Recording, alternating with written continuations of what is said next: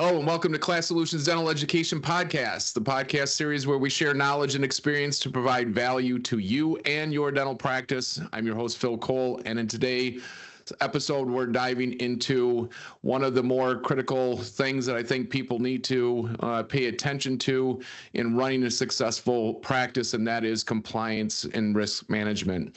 You know, navigating OSHA, HIPAA, and doing risk assessments can feel overwhelming, I know, but ignoring them isn't an option. The good news is we've got an expert here with us today that's going to break down things for us to show clear, actionable steps that you can take. And so joining us is Angela Simmons of Simmons Safe, a leader in helping practices stay compliant and protected. And so Angela is going to share insights on the biggest compliance challenges, common mistakes, and what we can do today to keep your practice safe and in line with regulations. So whether you're a seasoned dentist or just starting out, this episode is going to be packed with some must-know information to protect your team, your patients, and your business. So let's get started, and welcome, Angela, to the podcast. Thank you. I appreciate you having me and giving me this opportunity to talk about all of the things that I love, maybe not that everybody else loves, but as you said, things we need to know about and that we need to understand and engage with a little bit more. Yeah, so there's no doubt about it. I know that everybody, when it comes to talking about compliancy, everybody kind of snubs their nose a little bit at it. And there's just a few of you people that really, really love it and have passion for it. And so thank God for that. Yeah. So we'll try to make it a little fun here, I guess, if we can. But I do think that the biggest thing is when it comes to the compliancy issue, like you said, it's not the most exciting topic for most, but yet it's so important. And I think it does get ignored. Would you not agree? Oh, 100%. I just had a good conversation last week with somebody about a smaller DSO that I think there's there's overwhelming urge, probably within all of us on some level, to think that X can never happen to me. And so I guess taking even a step further back, I was speaking with a dentist friend of mine who lives in California, and she was at Women in DSO with me last week, lives in an area in California where floods happen, but had this, thought in the back of her head that it'll never happen to me. And while she's at Women in DSO, there's a flood in her home, and I think it lost her vehicle, just probably thousands and thousands of dollars in repair. So it's just this, it can't happen to me. It exists, this rule exists, or this issue exists, and it's very pervasive in healthcare on the whole, but I think maybe a little bit more in dentistry because we have smaller practices, and sometimes we tend to feel like, man, we're off the radar. Nobody's really paying attention to us because we are so small. But the reality is that whether you're the smallest of practices with just 1 or 2 employees, or you are the Heartlands and the Aspens of the world, compliance does matter, and the regulators are paying attention, and the rules do apply to us. So just for the overall view, compliance, we hear compliance, and I think the first thing we think of is OSHA. And then it's like you said, the typical thing is I'm not worrying about OSHA because they never come in, type thing is what at least in my years of calling on practices, that's what always was the comment. Well, they never stop in. So I'm not worrying about it. But overall, just because there's other things that are under compliance, what in general is compliance? Yeah, so I think when you say the word compliance, it's loaded, right? There's a lot of different areas of rule that fall under that word. So most people immediately, as you said, start thinking about OSHA. We think about HIPAA very often in the healthcare world, medical, dental practices. Infection control falls into there. But it depends on who you're talking to, because There's finance that's associated with that, insurance, fraud, waste, and abuse. So, if you're talking to your CFO, they're maybe thinking along those lines. If you think about HR, they're thinking about labor laws, workman's comp. So it's extremely broad. Sexual harassment, workplace harassment comes into that as well, right? And these are little things that I think most especially, and I say little, but not really, I guess they're elements of that bigger picture. And so if you are that dentist that's maybe just starting out, getting your arms around what compliance is and all of the things that you need to be concerned about, I think it can be a pretty daunting task. Yeah. And this is where having conversations, and I'm not saying, run right out and engage with Angela over at Simmons Safe, because she's a compliance person, but start having conversations so that you better understand what are all of the areas of risk that exist, and what are all of the elements of compliance that you need to build a program around. Because at the end of the day, when you think about compliance, whether it's OSHA or it's HIPAA, it's infection control, it's fraud, waste, and abuse, workplace harassment, workman's comp, they all play their role. But at the end of the day, it really is about creating a safer work environment, a healthier work environment. And I think if you bake that in from the very beginning, you start with safe practice for myself, safe practice for my employees, then that is going to translate into a safer environment inherently for your patients as well. And I think that creates a much more successful practice, one less thing that you have to worry about that, will go wrong or could go wrong. And it's not to say that if you engage with somebody that in the compliance world, you engage with a consultant to help you, or IT, which you should have. You should have managed services, professional IT companies. Not my wheelhouse. We work very closely with them. But it's not to say that because you engaged with these folks that nothing bad can happen. But what it does say is that you're better prepared for those things that can and eventually will happen. And you're better positioned when you have to have the conversation with the regulators about what you did on the front side to prepare or to help prevent whatever the incident might be.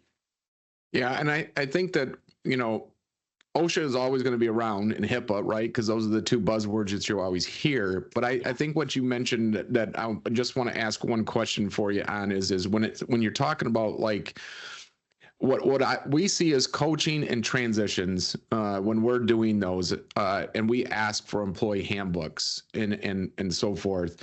I mean, I am not ever shocked at how many employee handbooks have one. Doctors don't have one. So that's a compliance issue, right? I mean, you should have an employee handbook. But two, employee handbooks that are over 20, 25 years old that have never been updated. Someone told them to do one. They did it. I don't know what the reason was for it. Or maybe they went to one of these, like I always think like Chicago Midwinter just happened, right? And so there's some table out there that says we do employee handbooks, for dirt cheap. And the doctor says, I've been told to get one, I'll just get one. But as there's nothing in there whatsoever. But when we're dealing with transitions and stuff and we have buyers coming in, that almost to me, and tell me if I'm wrong, but that to me is almost more important than whether or not they have an OSHA manual, because the OSHA manual is, yes, we'll get that, we'll get it started. But an office that doesn't have an employee manual, what do you do with an employee that, like what kind of risks are you taking when you got an employee now that is not maybe is just giving you all kinds of fits, but you have nothing. I mean, if you fire them and you say that you got a regulatory person come in and say, what's your position on this? And you have nothing as a position, aren't you you're just setting yourself up for failure, are you not? Yeah, I mean, I think the core should be for any practice that you start with the employee manual. What are the rules of the road, right? So and there's so much conversation right now, and people talk about we're overly prescriptive, or we write too many rules, or we're putting too many rules in place, or the rules are too strict, whatever it is. But I really believe that people, you like to know what your structure is. You like to know what your boundaries are. What am I allowed to do? What am I not allowed to do? I, I do better with that. Our children do better with that. When they know what the rules are, they do better. They'll operate most of the time, right, within those rules. And I think employees are very much the same way. If they know what the rules are, then they can operate within it. And by the way, this is, I think, an important part of the conversation.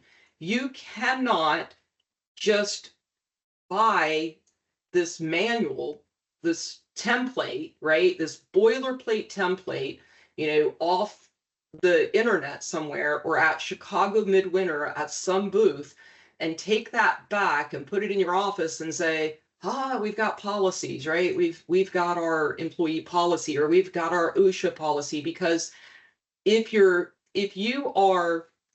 have a mentality of do as I say, not as I do, if you don't embody your policies, if your culture does not embrace that compliance, that level of compliance, why in the world would your employees follow those rules? If management's not following it, if it doesn't flow from the top, why would we ever expect our employees to? And how do we expect our employees to know what the expectations are if we just bought a book and we put it up on the shelf and we never looked at it again? The flip side to that is that when things go wrong, and then you try to say, oh yeah, wait a minute, I have a policy, we bought one. Well, did you ever look at what that policy said? Because a policy can say one thing, and your practice can be to do something completely different. Yeah. And so now you have a big problem there as well. And that bleeds into so much more, right? When policy doesn't match the safety program that should be in place from an OSHA perspective, when it doesn't match from a HIPAA perspective. And I've seen some interesting things in investigations when boilerplate policies are sitting on shelves, but they really don't match what's really happening in the practice. Yeah, I mean, I think that's huge too. And I think the other thing is too, is when I see these, like I've got doctors that said, I got my employee handbook from my buddy.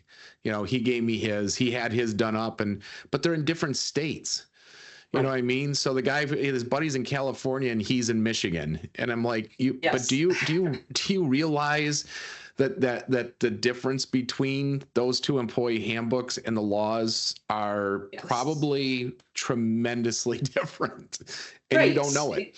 That's exactly right. So the difference, and that runs through, even though OSHA starts at the federal, you do have state plans. HIPAA is federal, but you have some state implications with breach notification, privacy rules. But the issue when you do that, whether it's your buddy on 5 miles away or in another state, again, that was their policy. It's not yours, and there's nuance to every single policy that you are required to have, right? So whether it is your employee policies that may be driven by your state rules in part, and maybe your buddy out in California was given his employees 4 or 6 weeks of paid vacation. What does the handbook say, right? Or they were getting X number of breaks, or whatever the case may be, type of insurance that they were providing. So just taking a policy from somebody else and bringing it in to your office and thinking that will cover you, is probably one of the bigger risks. So you think about OSHA, you have to, very specifically do hazard assessment within your own practice. Who's working there? What types of tasks are they performing? If there is an exposure event, where are they going to get post-exposure care? There's a lot of different elements. What does your chemical inventory look like? Not what does your friend out in California's chemical inventory look like? So yeah, there's a lot of nuance to policy, or there should be nuance to policy, if you want it to reflect appropriately within your organization, if you want your employees to understand it and embrace it and be proactive participants in it, and if you want it to hold up under regulatory scrutiny. So let's talk about OSHA then for just a quick second. So, one of the things that I had, since we're talking about kind of requirements or maybe compliancy and having this, your policies and stuff like that. So I had a doctor once that had a team member poke themselves in the sterilization area with a dirty burr because the UPS guy showed up and was dropping the boxes down at the same time, startled her because she had her back turned to him, and she poked herself with the burr. No big deal. Went home, didn't report it, so didn't say that she poked herself or anything, but then went home, hand puffed up like a softball, went to the doctors. Doctor then, the hospital said, why didn't this get reported? Blah, blah, blah. And it went through a whole rigmarole. And it really came down to, they kind of followed some of the policy per se, but there's some things that didn't happen. So, ended up being $100,000 fine when this whole thing was over, because they went in and found all kinds of other stuff too. So it just built, right? So the total bill was close to $100,000. So I guess in that, what are some of those? Because the doctor said, well, she went home, she didn't report it. Why is that my fault? So it gets into that kind of the requirements and some of that, like you said, what are the pre and post and stuff like that. So what are some of those important things to kind of to know and think about when it comes to that? Yeah. So you know what? I had a case very similar to this that I worked with a client through. And number one is, well, it's not my fault because the employee didn't tell me. What OSHA is going to look at, what the regulators are going to look at is, okay, well, how did the employee know that she should have told you, right? What happened that she didn't? Where's the disconnect? And I would say there's a huge disconnect in our industry right now, because employees don't report injuries at all. There is, I hear so often, well, I was chairside and I'm not allowed to stop the procedure. I'm not allowed to say that I just got hurt. We're going to have to finish this procedure. It's not that big of a deal. Or, they have their dentist or their doctor that gives them, some stat on what the likelihood of contracting HIV or hepatitis B is, which is low. But they give them some stat and, kind of, hey, this is not very important. So they don't feel like they should say anything. I think compounding that is we don't do a very good job of providing training to our employees as we should. We've only had, and it's a tell on myself here, when I think 30 years ago, I still think 1970. But I know that it's a little scary because that's really like 1995 now. But isn't that scary how that's happening to us? You're aging us. But we've only had a bloodborne pathogen standard for a little over 30 years. And so in our lifetimes, we've had healthcare workers in hospitals and dental practices in working surgery, right? without a bloodborne pathogen standard, without any sort of training on how to protect themselves. There was this notion, 35 or 40 years ago, that if you didn't get blood on you, you weren't working hard enough, right? If you don't get some grease on you, if you're not dirty, you didn't work hard enough today. If you're a skilled laborer. And so this same kind of notion existed in healthcare. And so it's only been that, a little over 30 years that we've actually had this standard. And so think about dentists today, and, if they've worked in the industry long enough, there's a little bit of this notion of, we all have this, right? Well, I had to walk, 10 miles barefoot uphill in the snow. And so I survived it. You'll survive it too. But the reality is that at the time that standard was written, we had a very disproportionate number of healthcare workers who had contracted hepatitis B. And at that same time that the standard was being written, we had started to hear in the general public more about HIV, and there was a lot of fear that surrounded that. I was a very young adult at the time that we started hearing more about HIV, and in fact, I had my son in that time frame, and I remember the fear in healthcare workers' eyes in working with you, and if they got any of your fluids, any of your blood on them, like just the fear that existed.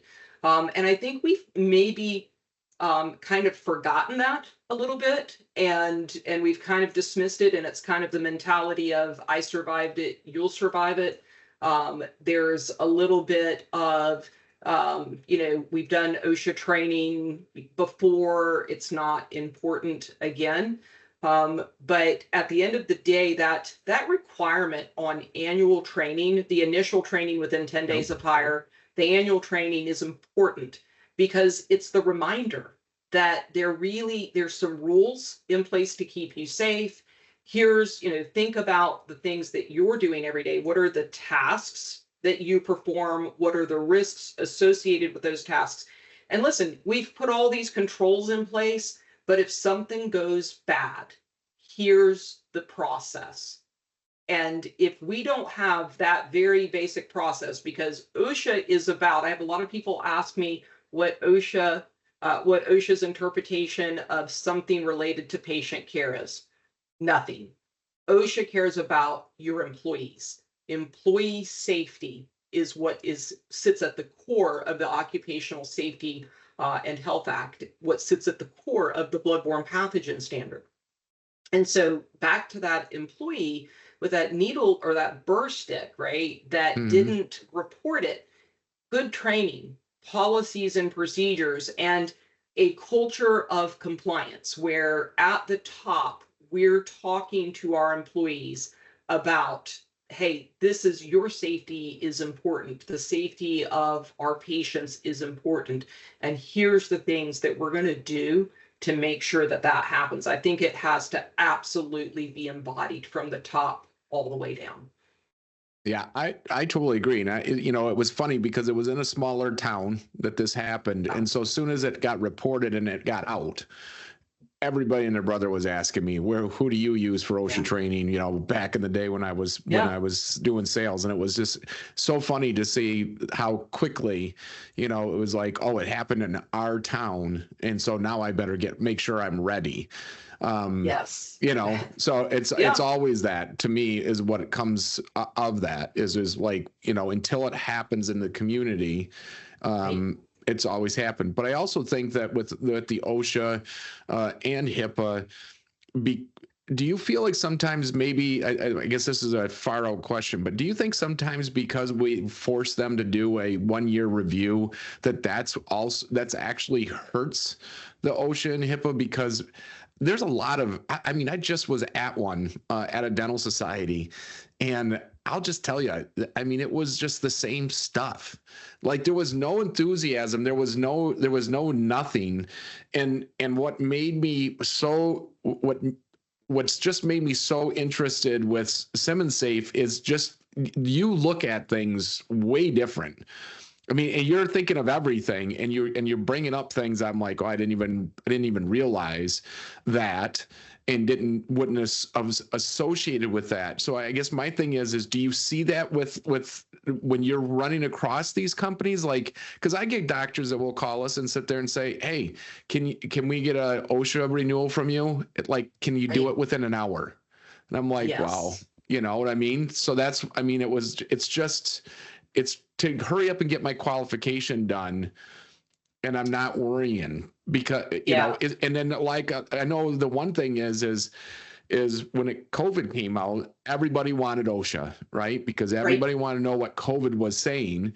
But we're right back to the same thing. And I get doctors all the time that just sit there and say, hey, do you got an OSHA seminar coming up? Or do you know of any OSHA seminar coming up that are like really just 1 or 2 hours that we can hurry up and get our thing? I mean, that's to me is like the biggest problem. Yeah, I mean, so I think I think that's probably, there's two sides to that. I think, as I sit and think about it. So number one, people like me that do this, right? We like rules, or we like education, and I happen to like both.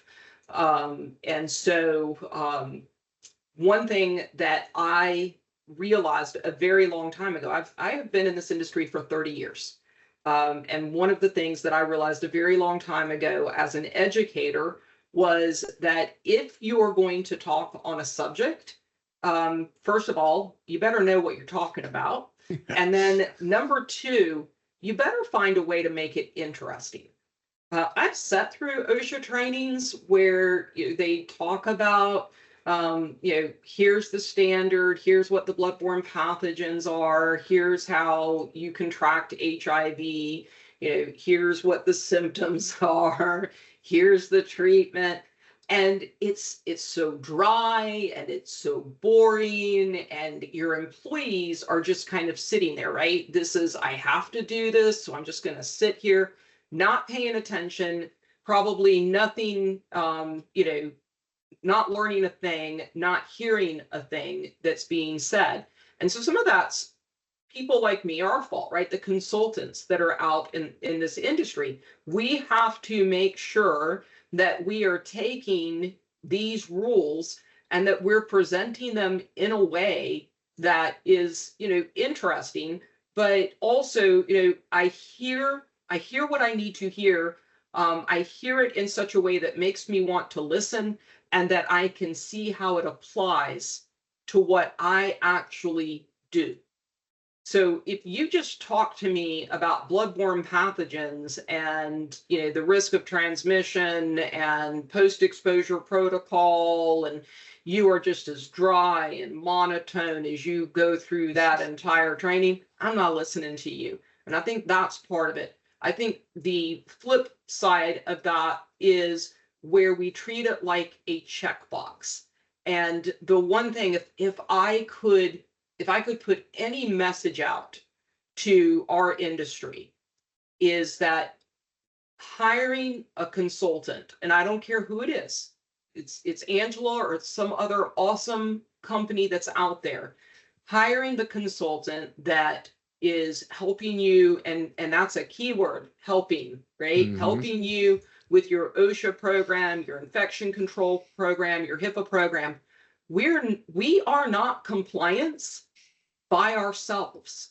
It really does take the implementation of the program. Just doing an annual training is not compliance. It is that annual review. So it's the annual training that is engaging, right? And that your employees interact with and participate in, that they really take something away from. It's updating the policies and procedures and the hazard assessment. It's the review of the entire program. It's correcting problems, right? Now, based on this review, we see, oh, maybe this is not working so well, or we've had an issue here. Maybe we need to change this or improve. So program improvement is a huge piece of it. And so I think we have to get away from that checkbox mentality that just because I hired somebody and they did a training, I've got a compliance program, we're done. We really if I'm honest with the client, I'm thank you for hiring me because this is what I love to do, but I really need your help to make this program work for you, to make sure that if you ever have a problem, I hope you never do, but if you ever have a problem, that it's going to stand up against regulatory scrutiny. Yeah, and I think that that's the thing that with meeting you has really made the difference is just that. I mean, the amount of depth that you put into it versus some of the other companies, I think that there's a lot of companies out there, I hate to say it, and there's a lot of good companies, so don't get me wrong. There are. But yeah. There's a lot of good companies out there, but there's a lot of other companies that look at it as I'm going to get a $75 or $100 entry fee for a review every year from this, and so I'm going to do an OSHA. And when you talk to them, versus me talking to you, the variance is large, and so that's where I think that's one of those things where it comes into. It really plays an important part. And I do think that, like I said, talking with you, if anybody gets the chance, reach out to Angela and just have a conversation with her at least, because when you talk to Angela, it's you just, like I said, you bring in so many other things around it that I would never have thought of a lot of times. And I've been around OSHA for 30 years when I was in the medical, and now being in the dental for as long as I've been around it. And there's good and there's just okay, and somebody that has the passion like you do has made a big impact with me too, because like I said, you do make it interesting because you bring up things that I just never have heard or never would have thought about, and it's like, wow. So unfortunately, due to time constraints, we got to bring you back, though, because we did not get into risk assessment. And I think this is one of the things I should have just started with it right away, because risk assessment to me is another one of those things that when I talk to you floors me. And with that attached to all the cybersecurity issues that are going around, seeing multiple doctors that are having those issues. We talked about it before we even started the podcast. So I definitely want to have you back on that, because I think that that's another one of those things where easily could talk about just the risk assessment on its own podcast. So I apologize that we spent so much time, but I think the compliancy thing is big because we're doing some transitions right now. We're doing a couple startups and everything. And I know that even with my conversations with them, well, I just need to get a new manual, don't I? And it's just like, it's not that. You guys got to understand that there's more serious information that needs to be taken care of on that. And I do agree with you. So it's no different than our coaching, right? If the leader isn't on top of things and the leader doesn't believe in it, then for sure the team's not going to believe in it. And if the leader doesn't know what's going on, the team doesn't go on. And I will tell you, it's no different with our coaching once again, too. The team wants systems.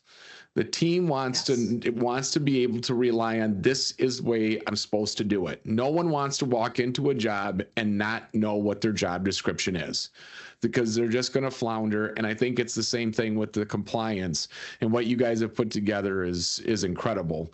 But the risk assessment thing is even more intriguing. And so that will be the next episode that we'll get you back on. Believe it or not, I hope it's shown through that I really love OSHA, but I love risk assessment more. So I would welcome that and look forward to that conversation. Well, absolutely. And I will tell anybody that's listening, I will say, I have not found anybody that has so much passion in these topics as Angela does. So it was very intriguing when I first got introduced to you, because it was like, wow, this is somebody that is definitely into their work 100%. And it's been awesome to know you guys and now work with you guys as partners and stuff, because it's just, it's amazing what you guys do. And so, yes, the risk assessment, folks, that's coming. So I want to thank Angela, and thank you very much for being on the podcast today. Some great information. Reach out. It's Simmons Safe. And Angela, what is your website, just so people can reach out? www.simmonssafe, so 2 S's in the middle, .io. So a little bit different. So simmonssafe.io. Okay, good. You have the same problem I do then, 2 S's, because of the classsolutions.com. Yes. So I always got to get some people will throw 3 S's in there or something like that. But simmonssafe.io, reach out, see what they have. It is extensive. So I really appreciate you being here, Angela, and giving us that information. And we are looking forward to having you back very, very soon. So if you enjoy our show, please rate, review us on Apple, Spotify, or wherever you get your podcasts. I'm Phil Cole. Thanks for listening, and have a great day.